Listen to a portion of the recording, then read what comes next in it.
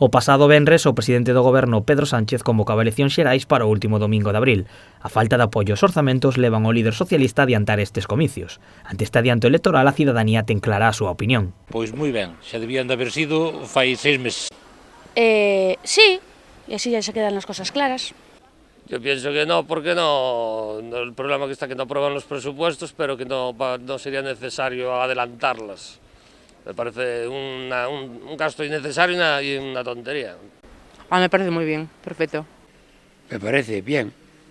O 28 de abril é o día escollido para as eleccións estatais. A data seleccionada para estes comicios fará que non coincidan cos municipais, co que se evitará un superdomingo electoral. Esta decisión ten dividida a poboación. Mejor por separado, pienso yo. No, ya que estamos todo junto.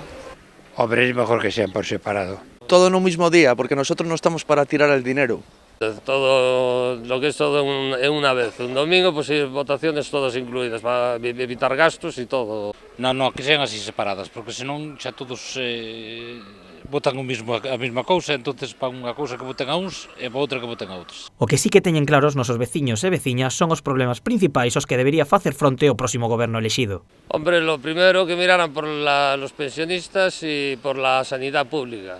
E sobre todo os cataláns. La sanidad y lo de los colegios de los niños, que está fatal. La cohesión catalana, el paro y la educación. Lo primero que deberían de ayudar es a la juventud, quitar los contratos esos de tan corto tiempo que tienen y mal pagados. Hombre, sobre todo la sanidad, que está muy mal todo esto. La sanidad está fatal, A división en Cataluña, o paro, a falta de traballo na xuventude, pero sobre todo a sanidade, son os problemas que máis preocupan a cidadanía.